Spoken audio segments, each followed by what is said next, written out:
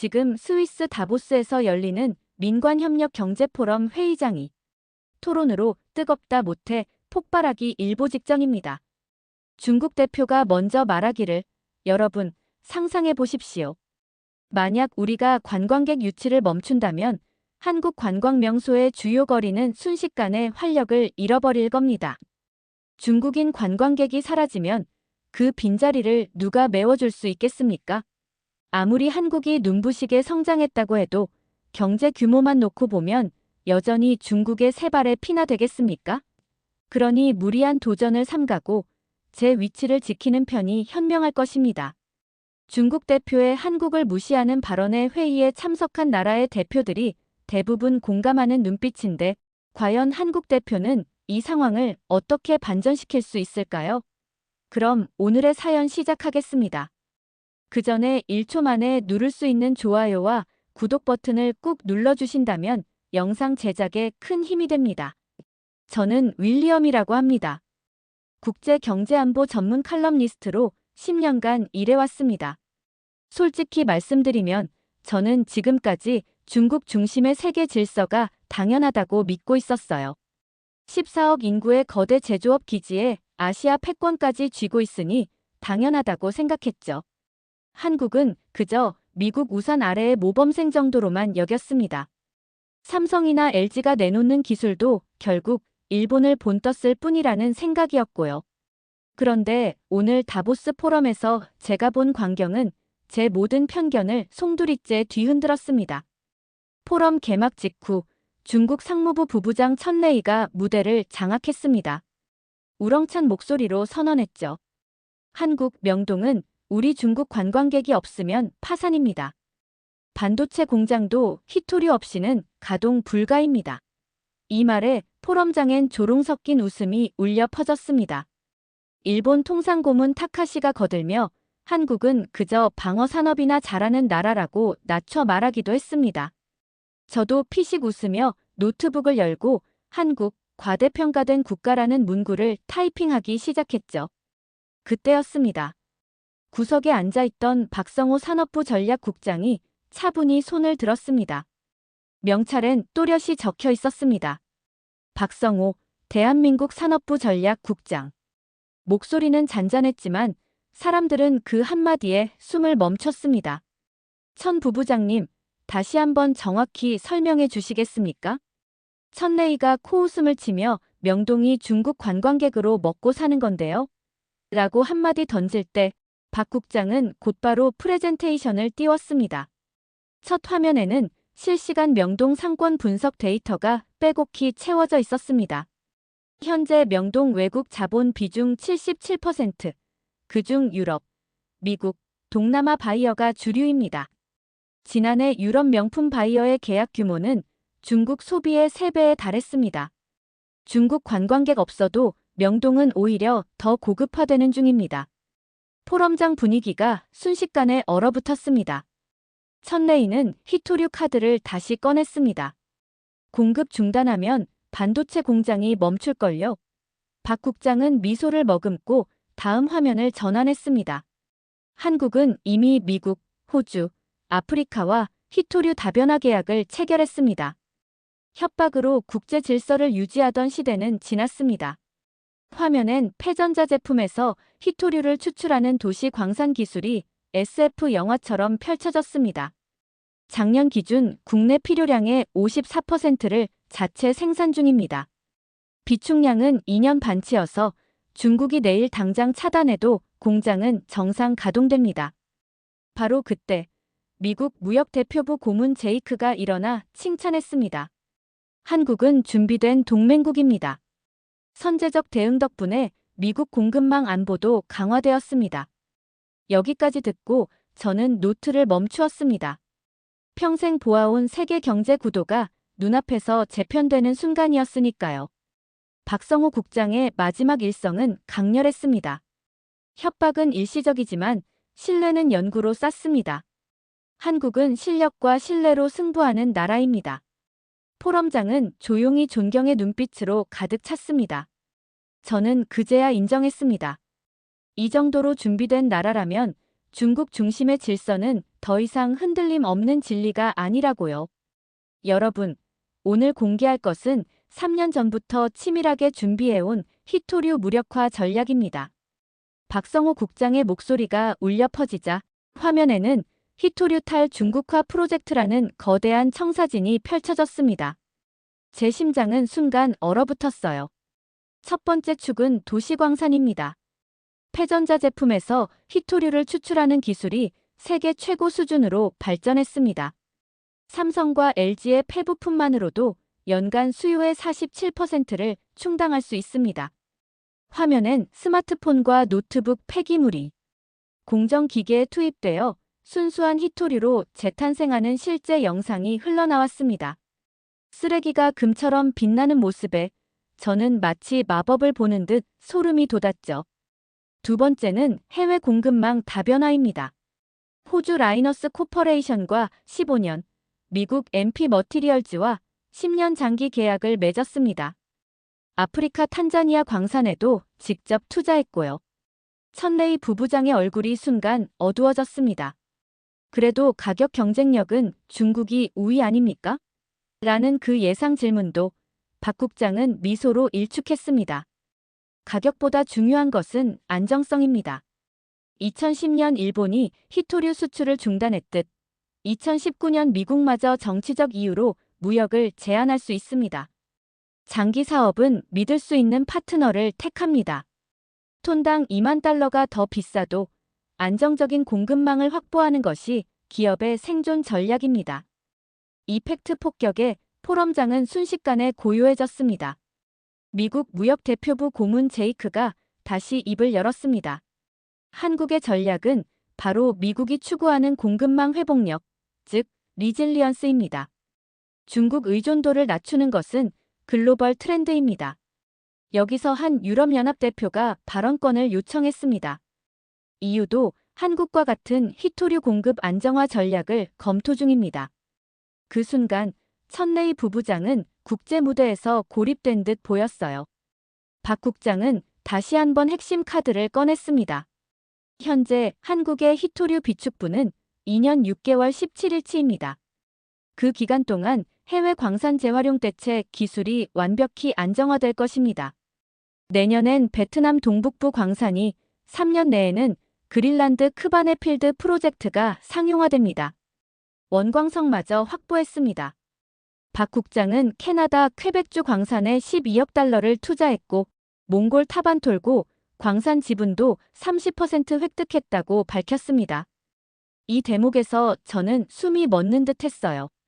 한국은 단순히 대응이 아니라 게임의 룰을 바꾸고 있었습니다. 마지막으로 우리는 히토류 재활용 기술을 개방할 준비가 되어 있습니다. 일본, 독일, 프랑스와도 기술 공유 협정을 체결했습니다. 중국이 독점으로 위협을 가하는 동안 한국은 공유로 글로벌 연대를 다지고 있었던 거죠. 책임 있는 글로벌 파트너의 모습이란 바로 이런 것입니다. 천레이 부부장은 더 이상 말이 없었습니다. 그의 최강 카드가 완전히 무력화된 순간이었으니까요. 저는 노트에 한 줄 적었습니다. 중국 히토류 패권 시대, 종말. 이제 일본 통상고문 타카시도 반박에 나섰습니다. 일본은 여전히 미국의 제일 아시아 파트너입니다. 하지만 제이크가 단호하게 잘라 말했죠.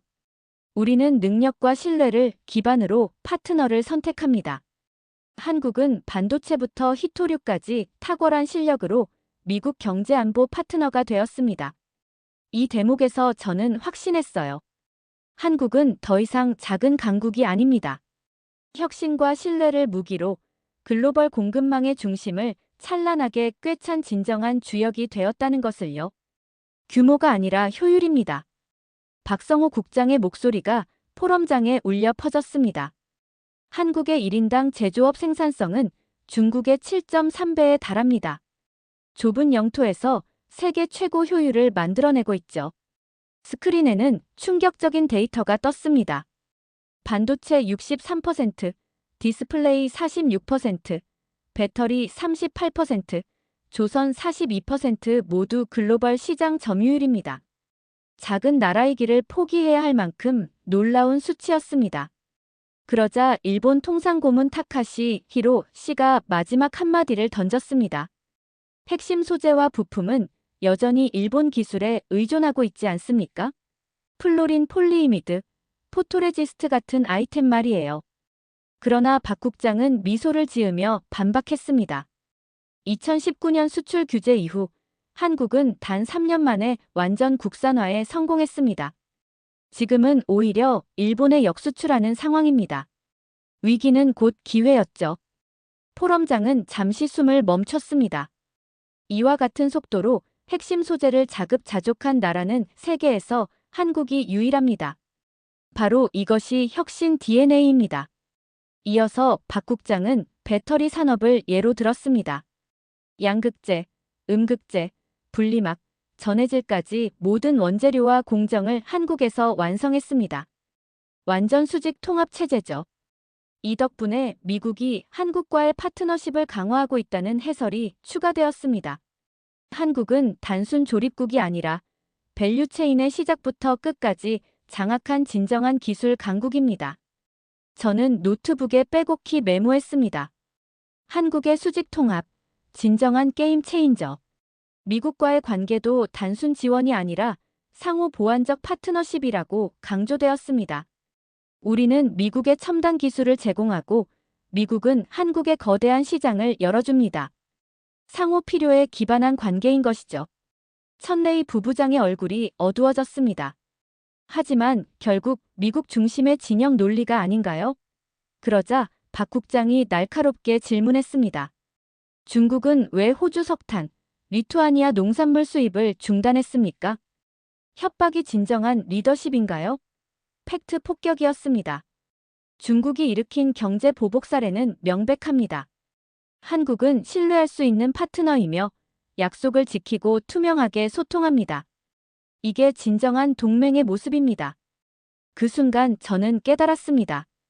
미국이 한국을 선택한 것은 지정학적 이유만이 아니라 기술력과 신뢰성이 두 가지가 21세기 동맹의 핵심이었다는 점입니다. 이커머스 분야 이야기를 해보죠. 타오바오와 쉬인은 미국 시장을 장악 중입니다. 공격적인 마케팅 사례가 나왔지만 박 국장은 또 다른 화면을 띄웠습니다. 미국 소비자 리서치 데이터였습니다. 타오바오 환불 요청률 27%, 쉬인 31%에 달합니다. 반면 한국 중소기업 플랫폼 평균 환불률은 4.2%에 불과하죠. 10명 중 3명이 반품을 요구하는 플랫폼에 누가 안심하고 소비할 수 있겠습니까? 가격 경쟁력을 제시하던 천레이 부부장을 향해 박 국장이 또 한 번 질문을 던졌습니다. 미국 소비자 보호청 조사에 따르면 타오바오 제품의 18%가 위생 기준 미달, 23%에서는 유해 물질이 검출되었습니다. 이 데이터에 포럼장 분위기가 순식간에 반전됐습니다. 반면 한국 K스타일 마켓 플랫폼은 환불률 4%, 품질 만족도 94%, 평균 배송 속도 1.31 소비자들의 신뢰를 완벽하게 얻고 있었습니다. 싸게 많이 파는 것은 단기 전략일 뿐입니다. 우리는 좋은 것을 만들어 오래 쓰게 하는 지속 가능한 모델을 지향합니다. 천레이 부부장은 마지막 반박을 시도했습니다. 시장 규모로는 중국이 압도적입니다. 연 거래액 4천억 달러 대 100억 달러 이하를 비교하는 것은 공정하지 않습니다. 그러나 박 국장이 준비한 또 하나의 숫자는 순이익률이었습니다. 타오바오는 적자 마케팅으로 점유율을 높이고 있지만 한국 플랫폼들은 처음부터 수익성을 고려한 비즈니스 모델을 구축했습니다. 제이크 미국 고문이 화상으로 연결돼 말을 보탰습니다. 실리콘밸리가 주목하는 것은 한국의 DEC 브랜드들입니다. 무신사, 마켓컬리 등은 벤치마크 대상이 되었죠. 한국 화장품은 한 번 쓰면 반복 구매율이 85%를 넘어섭니다. 이 대목에서 천레이 부부장의 표정은 초조해졌습니다. 물량으로 승부하던 중국 모델이 질과 신뢰 앞에 무너지고 있었던 것입니다.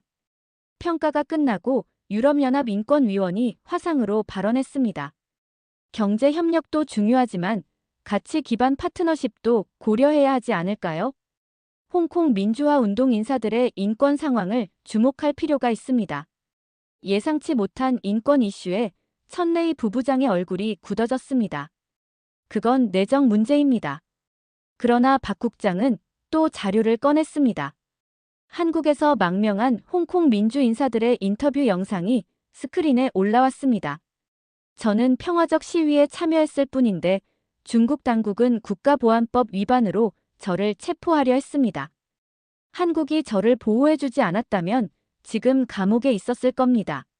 천레이 부부장이 범죄자입니다라고 잘라 말했으나 박 국장은 차분하게 반박했습니다. 유엔 인권위는 이분들을 양심수로 분류했습니다. 국제사회와 중국 당국의 시각은 확연히 다릅니다.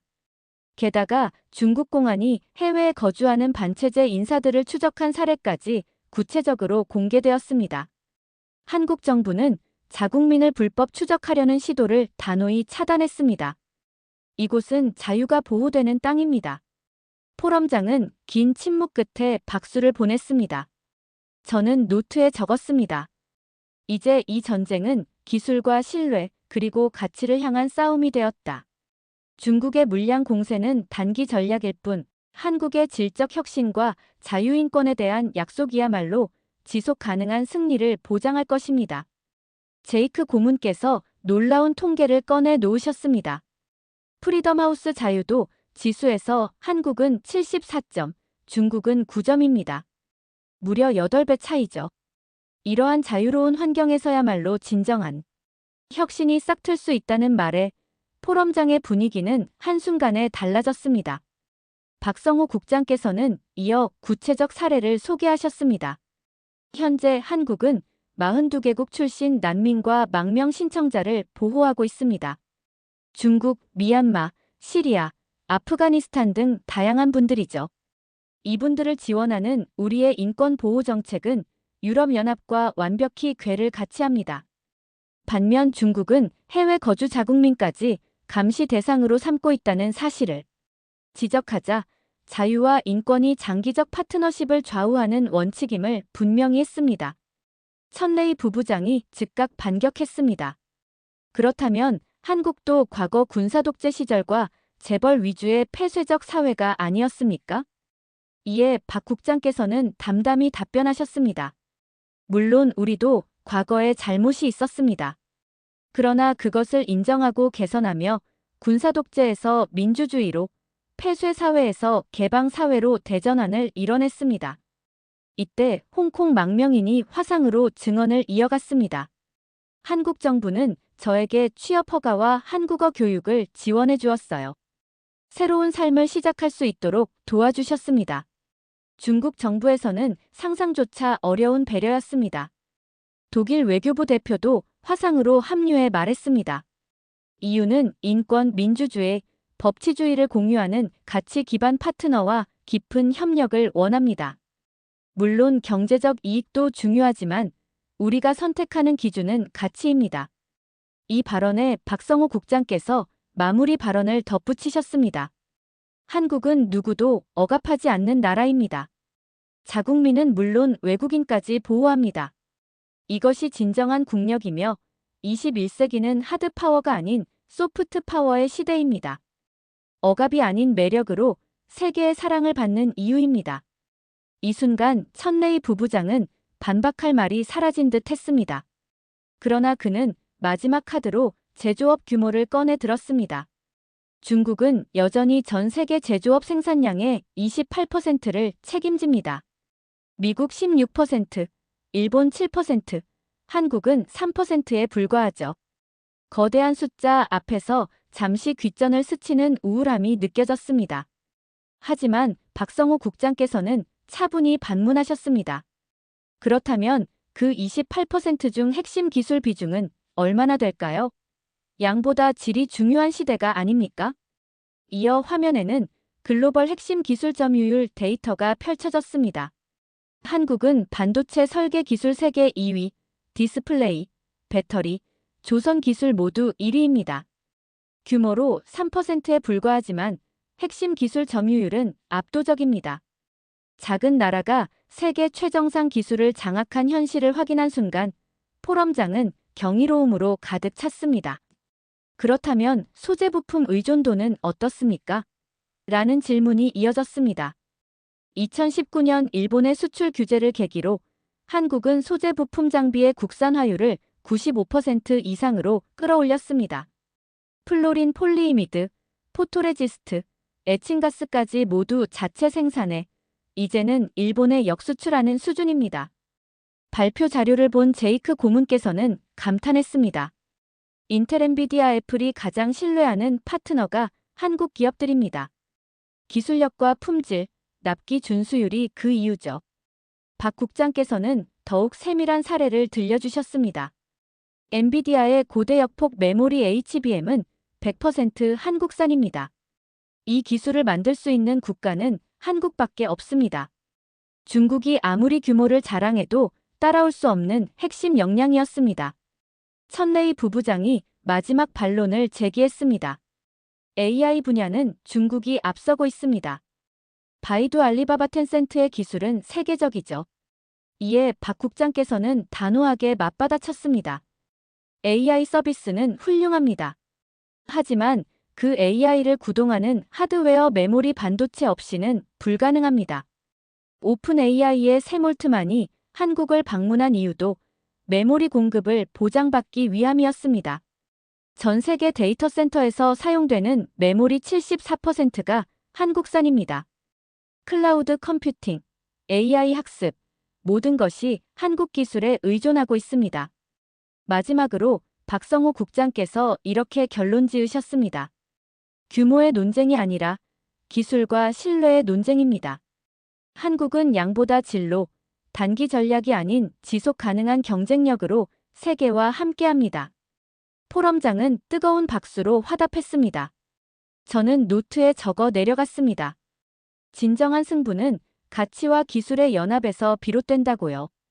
중국이 우리 기술을 따라잡을 즈음에는 우리는 이미 또 다른 10년 앞서 있을 것입니다. 제이크 고문의 한마디가 울려 퍼지자 독일 지멘스 CTO가 화상으로 조용히 고개를 끄덕였습니다. 인더스트리 4.0과의 호환성 면에서 한국의 정밀도, 효율성, 신뢰성은 독일 기준을 완벽히 충족합니다. 포럼장에는 놀라움과 감탄이 뒤섞인 표정이 가득했습니다. 제이크 고문께서 마무리 발언을 이어가셨습니다. 중국은 기술을 쫓아가지만 한국은 기술을 창조합니다. 리더와 팔로워의 차이가 분명하죠. 박성호 국장께서는 차분히 덧붙이셨습니다. 우리는 단순 제품을 만드는 게 아닙니다. 플랫폼을 구축하고 있습니다. 파운드리, 디스플레이, 배터리, 모두 한국 기술이 세계 기술 생태계의 기반이 되었습니다. 천레이 부부장의 얼굴은 말없이 굳어졌습니다. 포럼이 막바지에 이르렀을 때 주최 측에서 깜짝 발표를 예고했습니다. 올해 글로벌 핵심 기술 파트너십 조사 결과를 공개하겠습니다. 전 세계 주요 기업 500곳을 대상으로 한 설문조사 결과가 화면에 떴습니다. 1위 삼성전자, 2위 TSMC, 3위 하이닉스, 4위 LG화학, 5위 포스코홀딩스. 5곳 중 4곳이 한국 기업이었습니다. 쏟아지는 박수 속에 천레이 부부장은 당황한 표정으로 설문 기준이 무엇입니까? 라고 물었죠. 생산량이 아니라 기술 신뢰도, 공급 안정성, 혁신 능력을 종합 평가한 결과입니다. 순간 포럼장은 완전한 침묵에 휩싸였습니다. 박성호 국장께서 온화한 미소를 지으며 말씀하셨습니다. 시장 자체가 답을 주었습니다. 결국 세계는 신뢰할 수 있는 파트너를 원합니다. 이어 제이크 고문께서 미국 포춘 100대 기업 중 67곳이 한국 기업과 핵심 기술 파트너십을 맺고 있다고 밝혔습니다. 반면 중국 기업과의 파트너십은 단 30곳에 불과했습니다. 천레이 부부장은 미국 정부의 정치적 편견 때문이 아닙니까? 라며 반박했지만 박 국장은 단호히 반문하셨습니다. 그렇다면 유럽은 어떤가요? 독일 DAX 30기업 중 26곳이 한국을 1순위 파트너로 선택했습니다. 화상으로 연결된 지멘스 CTO도 우리는 오로지 기술과 신뢰성만 보고 판단합니다라고 증언했습니다. 일본 토요타 임원마저 LG에너지솔루션, 삼성 SDI와 전략적 파트너십을 맺고 미래 모빌리티를 준비하고 있다고 밝혔습니다. 같은 일본 기업이지만 한국을 선택했다는 사실이 타카시 히로시를 당황하게 만들었습니다. 파나소닉도 훌륭하지만 차세대 기술에서는 한국 기업이 더 앞서 있습니다. 박 국장께서 전 세계 완성차 15곳 중 13곳이 한국 배터리를 채택했고 테슬라, BMW, 포드, 볼보까지 모두 한국 기술에 의존하고 있다고 공개하자 중국 측의 마지막 반박조차 힘을 잃었습니다. 그럼에도 14억 소비자를 무시할 수는 없습니다. 천레이 부부장이 마지막 카드를 꺼내 들었습니다. 박성호 국장께서는 잔잔히 미소 지으시며 반문하셨습니다. 그 시장이 개방되어 있습니까? 구글, 페이스북, 유튜브가 모두 차단된 채 어떻게 진정한 시장이라 할 수 있겠습니까? 유럽연합통상위원이 유럽 기업이 한국 시장에서 올린 수익률은 평균 8.7%인 반면 중국 시장에서는 2.3%에 불과하다며 한국 시장의 매력을 강조하자 천레이 부부장은 더 이상 말을 잇지 못했습니다. 한국은 기술로 시장을 확장합니다. 중국은 시장을 믿어 기술을 요구하지만 우리는 기술로 시장을 창출합니다. 제이크 고문께서 마무리하셨습니다. 자유시장 경제의 원칙에 따라 정부가 아닌 기업들이 스스로 선택한 결과입니다. 화면에는 올해 신규 기술 파트너십 체결 건수 한국 기업 2,847건, 중국 기업 743건이 떠올랐고 천레이 부부장은 완전히 입을 다물었습니다. 포럼장은 열광의 박수로 가득 찼습니다. 처음에는 중국을 과소평가했던 이들이 이제는 한국을 경외하는 눈빛으로 바라보고 있었습니다. 작은 나라가 올바른 전략과 꾸준한 혁신으로 어떻게 세계를 이끌 수 있는지 모두가 확인한 순간이었습니다. 마침내 천레이 부부장이 조용히 말했습니다. 오늘 정말 많은 것을 깨달았습니다. 중국이 과연 올바른 길을 가고 있는지. 그 목소리에는 이전과는 다른 성찰과 겸손이 배어 있었습니다. 박성호 국장께서는 부드럽게 대답하셨습니다. 늦지 않았습니다. 중국도 얼마든지 변화할 수 있습니다. 과거의 길에서 벗어나 신뢰와 협력의 미래로 나아가길 바랍니다. 유럽연합인권위원이 국가의 진정한 힘은 다른 나라를 두렵게 만드는 것이 아니라 존경받는 데서 나온다고 거들자 포럼장은 다시 한번 조용히 고개를 끄덕였습니다. 포럼을 마치며 저는 기록을 정리하며 깨달았습니다. 강대국의 몰락은 전쟁의 포성이 아닌 조용히 떠나는 신뢰의 소멸에서 시작된다. 중국은 여전히 거대하지만 신뢰는 이미 떠났습니다. 한국은 조용히 그 자리를 채우고 있었습니다. 크기가 아닌 신뢰로, 힘이 아닌 지혜로 이끄는 지도자. 그리고 그 자리에 한국이 서 있었습니다. 21세기 글로벌 리더십의 진정한 의미를 오늘 포럼이 명확히 보여주었습니다. 오늘의 사연은 여기까지입니다. 지금까지 감동물씬이었습니다. 이야기가 마음에 와 닿았다면 구독과 좋아요, 알림 설정까지 부탁드립니다. 여러분의 따뜻한 댓글 하나하나가 저희에게는 큰 힘이 됩니다. 오늘도 여러분 모두가 즐겁고 행복한 일만 생기기를 바랍니다.